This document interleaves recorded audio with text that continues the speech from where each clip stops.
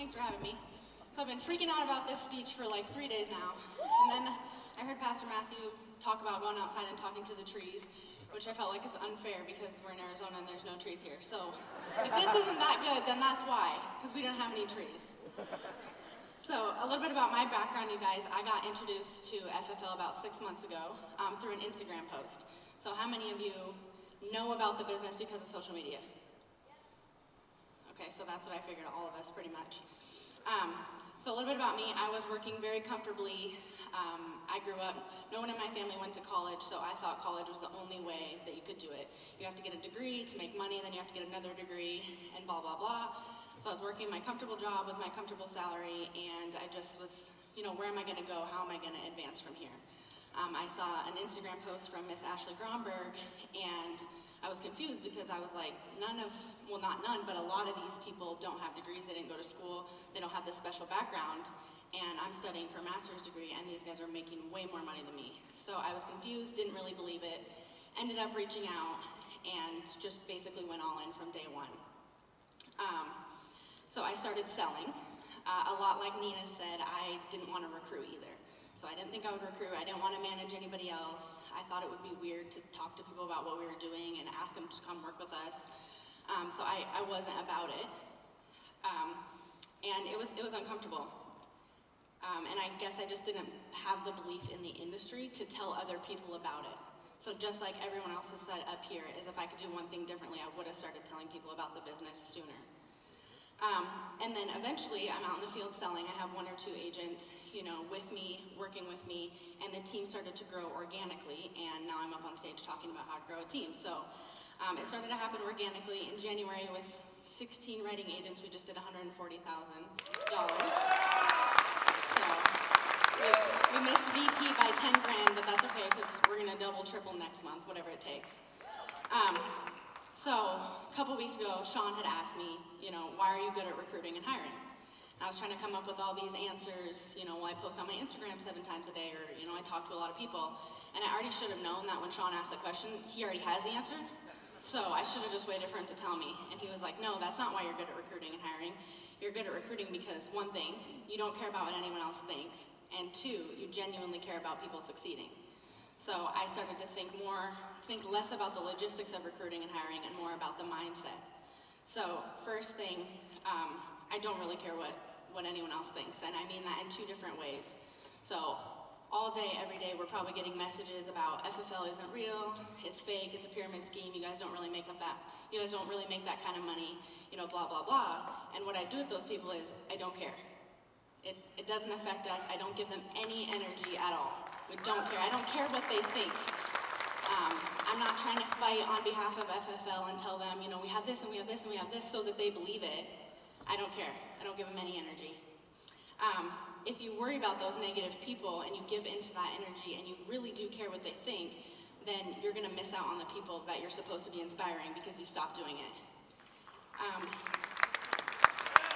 The second thing that I don't care about what anyone thinks is when I first started this business, I didn't want to recruit because I thought it was weird to post about it a lot. And I was like, I'm going to have 10 stories on my Instagram. People are going to get bored. They're going to unfollow me. I'm going to lose followers. They're going to be annoyed.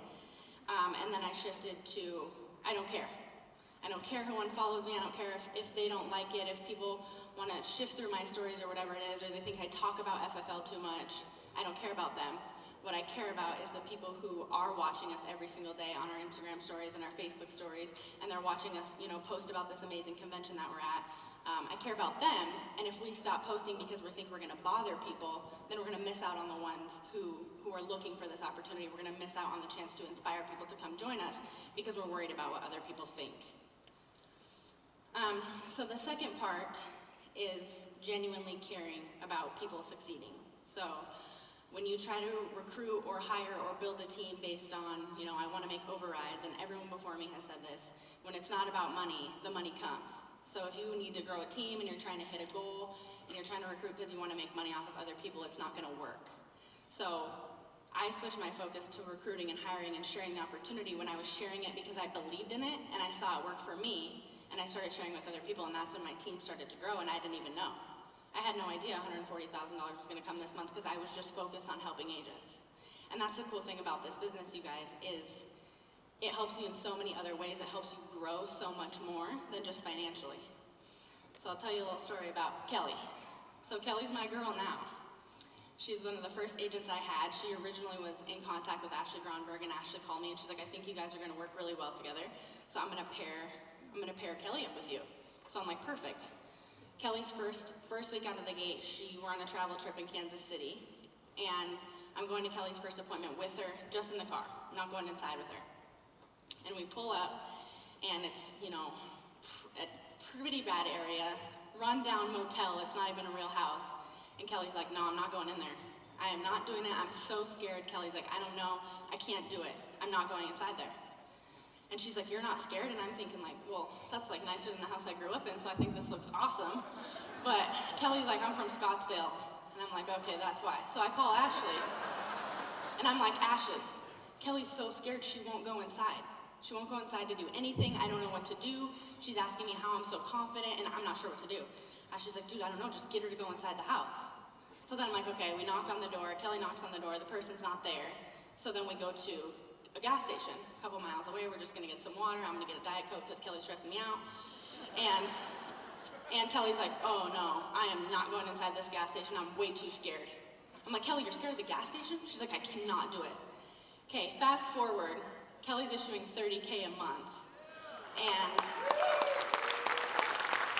the other day, Kelly calls me and she's like, hey, I just got out of this home with a client. They were just, berating me. They were being so rude and I didn't know what to do. So, I'm not in the home anymore. So I'm like, Kelly, what'd you do? And she's like, I told him, I'm Kelly mother freaking Dieball. No one talks to me like that and I'm leaving. So it's just, that's what you want to see. That's why you want to build a team. It's just the growth.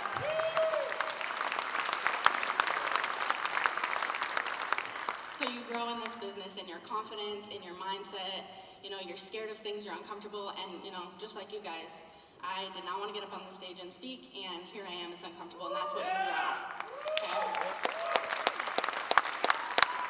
So, Nina talked a lot about social media. I'm not going to go into the logistics. You guys do everything that they talked about before because that's what we're all doing and that's what's working. I'm just going to touch on one thing really quick about social media. It is my biggest recruiting tool, my biggest hiring tool. And the thing I want to say is that sometimes when we're posting all about FFO and in our Instagram bios and our Facebook bios say we built this $10 million agency, in this amount of months, and we're posting all this wordy stuff about comp and vested renewals day one, and all that stuff is great, but people sometimes forget you're a normal person. And if the one takeaway I can give you today about your social media is to stay relatable. Let them know you're a normal human. So it might seem dumb, but I post stupid selfies when I go to the gym in the morning still, because I want them to know that anyone can do this, and I want them to know that you can work and live and eat and sleep this business, but you can still go to the gym in the morning. You can still have dinner with your families on a Saturday night after you're in the field.